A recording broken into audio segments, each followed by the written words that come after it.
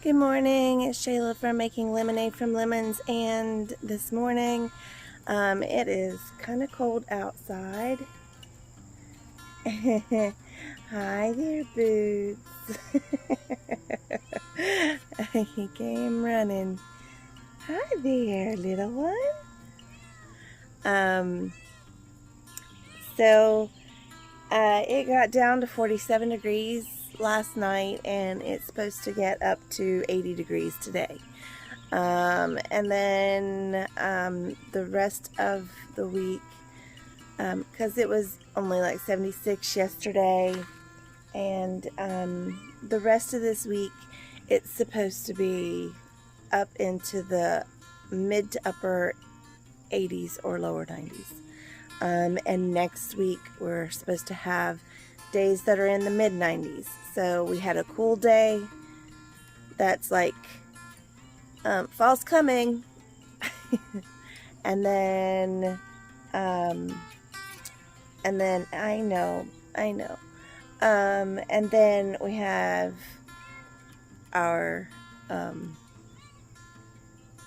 no, it's still summer weather. So but I'm gonna turn you guys around and I'm gonna show you some of my progress on my fall and what I'm gonna do with the rest of my garden here. So I'm gonna turn you guys around. Okay, so here are my peas. These are King Tut peas, and they are coming up brilliantly. These are from Baker Creek, and they've got a really cool backstory to them. If you saw any of my earlier videos, I'm not sure if I had King Tut peas at that point in time, but it's very possible. It's very possible that I started filming after the King Tut peas were already done. I can't remember. But anyways, I really love the story behind the King Tut peas, and so that's why I started growing them. But they are really beautiful. They are a shelling pea, and I haven't actually eaten any of them because we didn't have enough to actually eat. So I'm growing more of them this time, and hoping that we get enough that we can eat at least a couple of meals so that we can try them. They call them a soup pea. So anyways, that's those. And then we have the Alaska pea, which is supposed to be very cold hardy. So I've got that one growing. And then there's Wando pea, which is supposed to be good for the southern area. And then I have, that's another bag of the King Tut peas. And there is Lincoln peas. So, so I've got several bags of peas. And it looks like the germination was up. Looks almost 100%, maybe 98%, because I have a couple of spots that there's not a pea coming up, but then other spots where multiple peas are coming up. I did plant, whenever I planted, I did plant heavier because you don't have as big of a time frame to be able to, well, if this doesn't come up, then we'll plant more. So fall, I did overplant. I have in here, this is my Brunswick cabbage, and that was 100% germination. I will have to thin them out. My lettuce is coming up and it's doing well, and as you see, I've actually been battling these falling leaves for like the whole summer because we have lots and lots of trees around us, so we've had leaves falling all summer, and what I do is I take them out for now. Later on I will use them in mulch and stuff, but right now I'm trying to keep them off of the little seedlings and stuff. My turnips, these are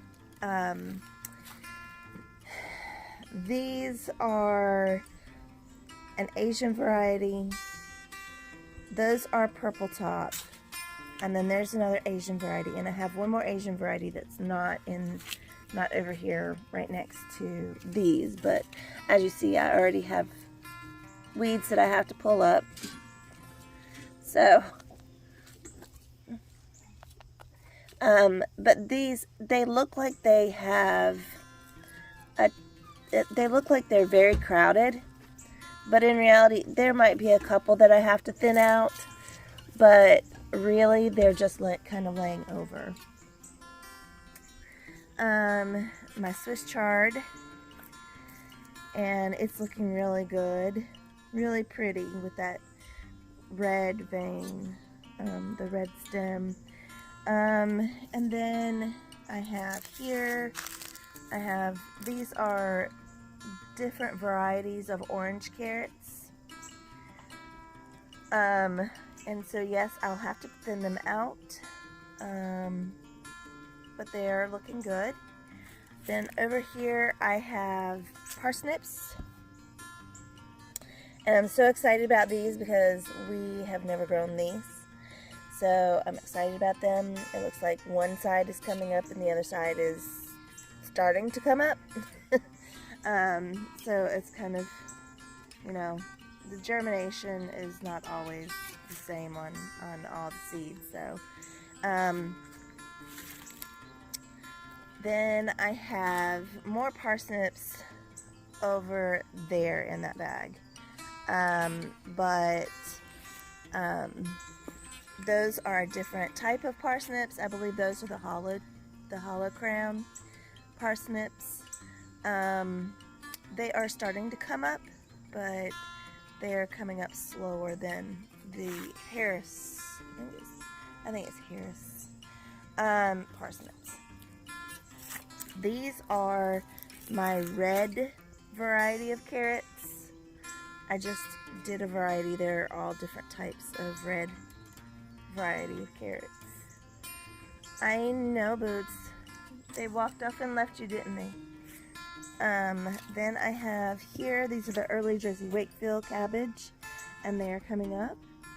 I have a couple of bags that I just planted a few days ago that nothing is coming up in those, but it's spinach, scarlet kale, that's the Red Express, I believe. No, that's Red Ursula.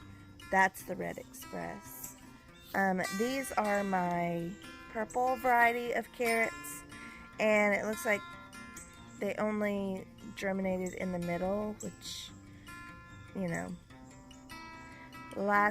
in the spring I know that I had issues with some areas not germinating and other areas germinating. Of course, my kids helped me plant too, so maybe they didn't do a good job of, so I'll probably come in through here and put some more purple variety seeds out right there. But it's very possible, because I know I had some carrot seeds in a container that, you know, I went through harvesting and everything, and then I later on, a few weeks later, I saw some more sprouts coming up, and I had not let any of the carrots go to seed, so it just took that long for that carrot to come up. So anyways, I'm not real surprised, honestly. But anyways, so I'm gonna do that. These are some more beets. I have beets over here that are coming up. They're not coming up as as good as I was hoping they would come up. But I'm just gonna let them go. I mean, we don't really know whether or not we are going to enjoy beets or not anyways. So whatever we get, we get. This is the other variety of Asian turnips, and they're doing great. And then I have over here these are the Chinese Hilton cabbage, and they popped up really well. And then I have this bag here is the Mammoth Red Rock cabbage, and it hasn't come up yet. But then I just planted this one also.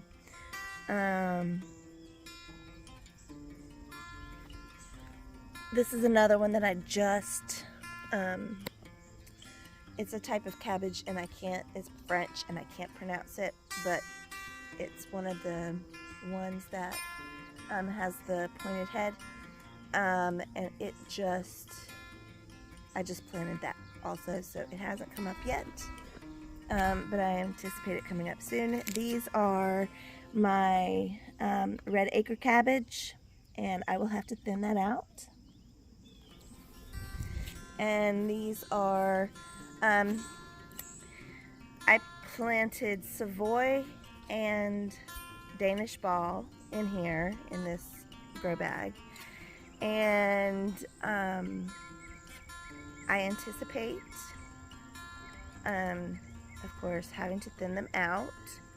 I'm waiting for them to grow a little bit bigger, see which of the plants is strongest before I do thin them out. Okay, Boots. He's walking amongst sometimes he uses my bags as a cat scratcher. He was laying up in one the other day, and I was like, no, you can't lay on my plants. These are watermelon radish, and they're doing great. Yes, I will have to thin them out, but like I said, I did double plant these because I wanted to make sure that there were enough seeds in there just in case there was a germination issue. And then here are my purple broccoli. I'm starting to see a little bit of sprouting in my cilantro and my chives. Not very much though, so we'll see.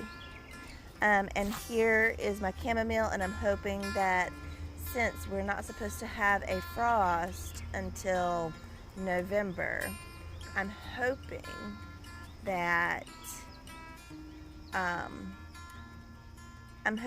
there's enough time for it to blossom so that I can get some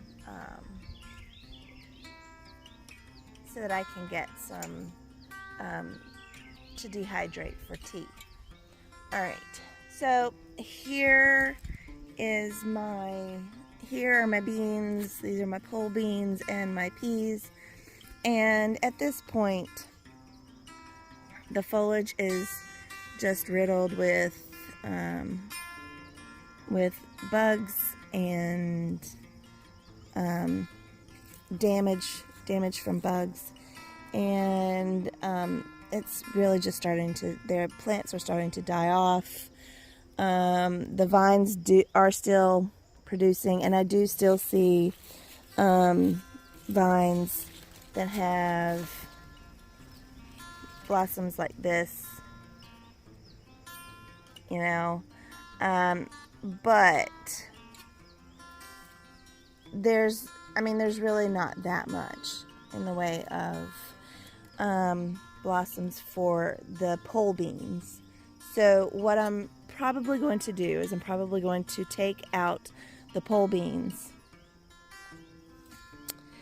And then I can use that space and get it ready to do some planting of other things like radishes or whatever that is not going to take 2 months to actually get a harvest. These peas, though, as you see, they're still blossoming and producing. I've got little babies right there, and I've got tons of peas. So I'm probably going to leave the peas until I see that they are not germinating anymore. In fact, 2 days ago, this one looked like this one, and now it is dried out. So that's the thing about peas, is that you can actually let them, you can either pick them like this and shell them, or you can let them dry on the vine like this. Either way, they're still, I mean, you would just cook them until they're tender. Now, the dry beans will probably take a little bit longer to get tender than the beans that are still green when you shell them. So I'm gonna probably leave those a little bit longer, but I'm gonna go ahead and take out the pole beans. I've got that's my lavender right there, and it's looking very pretty. And then I have here my Tabasco plant that is, oh my gosh, it's still, look at that. Let's see if I can get it to focus. Look at those blossoms. So there's lots of blossoms on this, as you can see, and lots of baby Tabasco peppers. I just took off a bunch of them that were red that I have waiting for me for more of these to ripen. So I've got them put away for that, so I can make some more Tabasco sauce, which I need. I've got the other batch. It's been fermenting for, today's day 16, and so we're waiting till day 30. I'm not big on Tabasco sauce. My husband loves it, so I'm trying to do it to his taste. And he's not sure in the fermentation process where he's going to like it. He wanted to wait 30 days, so that's what we're doing. As you see, I've got lots of little paper lanterns. These are tomatillos, and I call the empty sacks, the empty husks, where they're just starting to grow, I call them paper lanterns because that's what they remind me of. And then right there is parsley, which I'm going to take up and dehydrate. I'm also going to take up and dehydrate that basil, which is beginning to start to flower. But I'm going to leave the tomatillos alone. These I'm going to leave alone. These cherry tomatoes, these are Chadwick cherry tomatoes, and they are still producing beautifully. So I'm going to leave them alone. Their foliage looks pretty good. There for a while, their foliage was looking pretty sad. A lot of it was like this, but the new growth looks great. And so, and it's got lots of blossoms, lots of tomatoes on them. As you see, there's still just tons of tomatoes, and they'll be good for salads, or if I decide to make more sauce, which I do still have some in the freezer to make. And I also still have a couple of paste tomato plants, So once those tomatoes start ripening, I can use these little cherry tomatoes in the sauce too. In fact, that's what I did. I would just throw them in there because you don't have to core them or anything. You just throw them in, and because I use a saucer that strains the seeds and the skins out, I don't have to worry about it. That does it for me. This is an alpaca plant, and it's one of the ones that I planted later, and it is looking really good. The only thing that I do see a little bit of are aphids. So we do have a little bit of pest here, and that's probably part of the reason that some of these are looking sad. But the new growth looks very pretty. Same thing with this Amish paste tomato plant that I planted later. So Amish paste and so all these that I planted later, I'm going to keep. And I'm just going to let them produce until frost. These tomato plants over here, I had considered keeping all of these because they do still have tomatoes on them and they still have blossoms and that kind of thing. And their new growth looks good, but the rest of the plants just look really bad. The only one that I'm considering keeping is my Amish paste. The other plants I'm probably going to go ahead and get rid of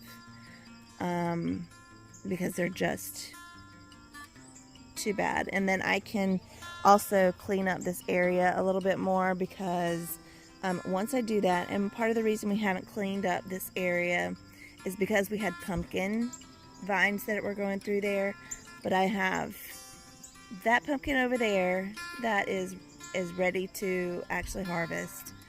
I've got one over there by my sunflower, which I'll show you in a little bit, and it is almost ready to harvest.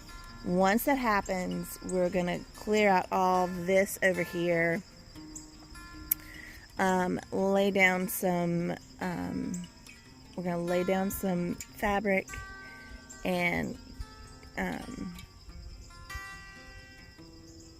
because I think that or we may try to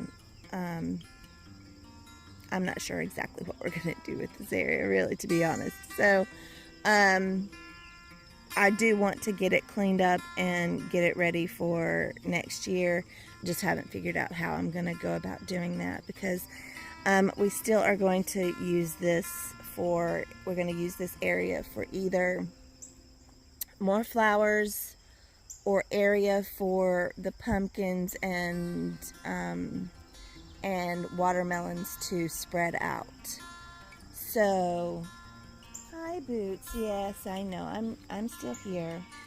So that's what we plan to do for that next year. My pepper plants, I'm leaving them until frost. They're looking fabulous.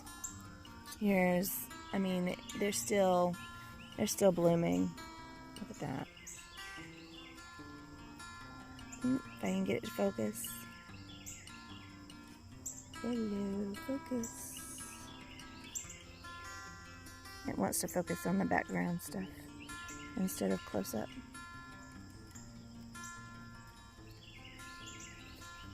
I'm not sure. Anyways.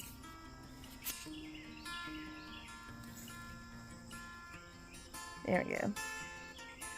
So, lots of peppers, lots of blossoms, and the thing I love about these, most of these are, I do have a couple of Horizon Bell and some Golden Cow Wonder. I do have some of those in here, but the ones that I like the best so far have been the Emerald Giant, which will turn red if you leave them on long enough, because they have really thick walls, and they're very hardy. They're so heavy. They do weigh the plant down, so we have had a little bit of issue with breakage, but they are really good and very good producers. So we will probably continue to grow the Emerald Giant. The others are decent producers, but in order to get the fruit to the color that you want it, like, you know, the Golden Cow Wonder is supposed to be like a golden yellow. In order for that to happen, you actually have to pick it when it first starts to turn. If you don't, then you end up with blemishes all over the pepper, and then you have to take it inside and let it ripen inside. Same thing for my Horizon Bells, which are orange bell peppers. They do the same thing. These are my Cubanelles, and these two plants right here, I've got two plants in here that are doing fabulously, and then one that just died. I don't know why. It just all of a sudden just died. So, but the other two look really healthy. I'm going to take that one plant out and keep those going, these two Cubanelle plants going until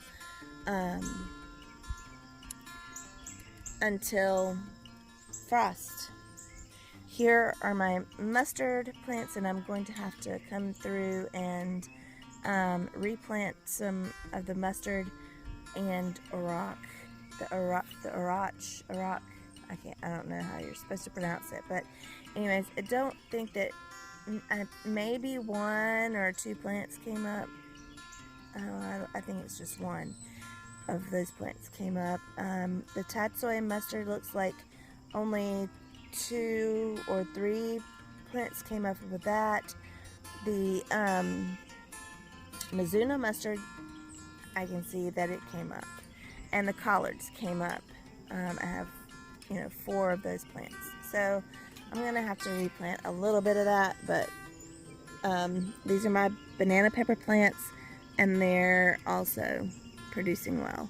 Lots of little baby peppers. So those, of course, I'm gonna keep. Look at that stem. Oops, I can't turn that. Look at that stem right there of, you see all those peppers on that one stem? That's crazy. Those are her Golden Cow Wonders, and it's got little teeny tiny babies growing in there too. So they're doing great. These are my pepperoncini peppers, and I'm going to try fermenting these and see how my husband likes the fermented peppers, because I do know that he really likes the pepperoncini peppers. He really likes them when you buy them in the stores. And so when you pickling versus fermenting, I have heard that they are generally crispier fermenting rather than pickling, because you don't have any kind of cooking when you do the fermentation. So I'm going to try that with these, but they're looking great. And then in the same bag, I have a couple of poblano pepper plants, and they are just producing crazy. Look how tall that is. It is probably about a 4-foot tall plant, because the plant is actually taller than me in this bag, and it's a little bit high. It's a little bit more than 12 inches from the ground to the base of the plant where the soil is. So I would say that this plant is probably about 4 foot tall at this point, and is still growing. So it's just a beautiful plant. And then here are my strawberries, of course, that I have little flowers, and I've got little berries starting, but and there's There's a strawberry in there. I didn't even know if they would even grow. So they're little tiny berries so right now, so I'm not sure if that's normal size for them or if that's just because it's the first year. This tomato plant is doing great, and it's got lots of blossoms, it's got lots of fruit on it. The foliage is looking good. It's another one of the plants that was planted later than the others, so it's also one that I'm going to keep. And then this is these are my cayenne peppers. They're doing great with lots and lots of babies and blossoms, and so they're doing great. And I do know that these, some of the others that are supposed to have heat, like the like my jalapenos, they haven't had any heat. And here's one of my jalapeno plants, and they haven't had any heat. But my cayenne peppers have, so I'm not sure what the difference is between the two and why these are producing heat but these are not. I mean, I'm not one that really likes a lot of hot stuff. I can stand a little bit of heat, but I don't want it to be real hot. But these have, I could just eat these because there's really that little heat. I could just eat them. But these, I dehydrated them, and then I was cleaning out the thing and putting the, I made crushed red pepper flakes, and I was cleaning it out, and I just decided that I was going to touch, with my index finger, I was going to touch one and then just taste it. And yeah, it was hot. So, anyways, they're doing great, and that's good because my husband really likes some heat in some of his things. So if the jalapenos and stuff are not hot, I can add some heat with the crushed red pepper flakes. Here's my cinnamon basil that is gone to, it's bolted. And what I'm going to do is I'm going to go ahead and I'm going to harvest all that, and I'm going to dehydrate that. Same thing is going to go for my mint over here. As you see, it has blossomed, and I was told that, the blossom, after it blossoms, the flavor of the mint is weaker or whatever. I haven't found that to be true. I tasted it, and to me it seemed like it was just fine. These are my sweet chocolate pepper plants, and they are doing great. They are also blossoming and putting out babies, and I've got several on the plant, and I'm gonna harvest them. I really liked them. I was not sure I'd like them, but I really do like them. I thought they were really good peppers. And here's one of my one of the few zinnias that I have kept, because as you see, it just kind of grows out of control. I mean, the thing is huge. And this one is the meteor zinnia, but I've kept it around because of the pollinators, because they really seem to enjoy the zinnias. I'm keeping this plant because this boxcar willy it's got some more blossoms on it, as you see, and it's got one tomato over here. So once the fruit sets on this, and I've got several, like right there, and then at the very top. The fruit on the boxcar willy is really big. I've only gotten a couple of smaller tomatoes off of the boxcar willy. They do have a bigger size fruit, so I'm going to keep this one. And then here I'm going to show you over here, there is the other pumpkin that is getting ripe. It is still got some green, so it's not completely ripe yet, so I'll have to wait on that. Once that one, hi Boots, I know you're in my fence. come on out. Once that one ripens, then we can start working on that. Here is some of my volunteer basil that I don't know where it came from. That has bolted. It's flowering. I have basil everywhere in this area, and I don't know how that happened because I didn't have any basil seeds out here. I didn't let any of my basil go to seed. So I don't know how that would have happened, and I didn't plant any basil over here. So I'm not sure, but I have basil everywhere. See, there's more of it, and there's more over there. So I have a ton of basil in here. There's some back in there. Anyways, but I still have lots of little flowers and stuff like that. This is my wildflower bed, and this is I'm not sure how you pronounce it, Giardia or something like that. Anyways, it's just beautiful. I've enjoyed it this year, and like I said, it's my wildflower bed, but as you see, I've got pumpkin vine going through it from way over there. And then here's my one lone sunflower, my Velvet Queen, that is still, I'm trying to see if, I'm trying to get a good angle where you guys can see.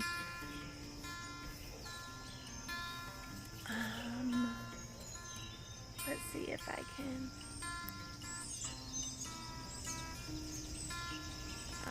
There you go. There. So there are several blossoms that are opening up. So it's getting several heads on it that are like that. And so even though it looks really sad, because if you look at it, if you look at the plant itself, it's got lots of dying leaves, and I'm not gonna mess with it because I don't want to. It's already rocking back and forth, but it's got lots and lots of heads that are coming on that one. So so I actually still have sunflowers. It's really kind of cool, even though most of the birds have taken the seeds and all that kind of stuff. Even with the bird feeders, the birds still came and ate my seeds, but that's okay. So what I'm gonna do next year is I'm gonna plant more sunflowers so that maybe I'll get a few seeds for myself. I probably will just have more birds, but anyways. All right, guys, thank you so much for coming along and looking at my mess of a garden. And like I said, I told you guys in the beginning, those of you who've been with me for a long time, I told you guys that I was going to keep it real and let you guys see the mess as well as the, you know, good stuff. I don't hide anything from you guys. So anyways, thanks so much for hanging out with me, and I appreciate all of you guys that are here. And if you would like to support the channel, just make sure you click like and subscribe and share it with your friends. And we will see you soon.